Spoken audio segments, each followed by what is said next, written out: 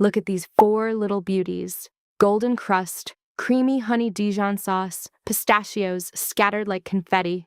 First, pat those scallops completely dry. Water is the enemy. Steam makes rubbery scallops. Get your pan screaming hot, butter and oil in, scallops down. Now don't touch them. That sizzle? That's the Maillard reaction. Flavor being born. 2 to 3 minutes, then flip. Fun fact, Romans mixed honey and mustard thousands of years ago.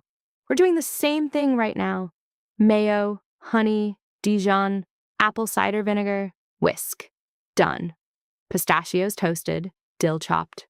Plate it up. What you get? That golden crust gives way to sweet, tender scallop. The sauce is creamy but bright. Pistachios crunch, dill freshens. 10 minutes, 4 ingredients, absolute magic. This is Food Illustrated. Enjoy the process of illustration on your plate.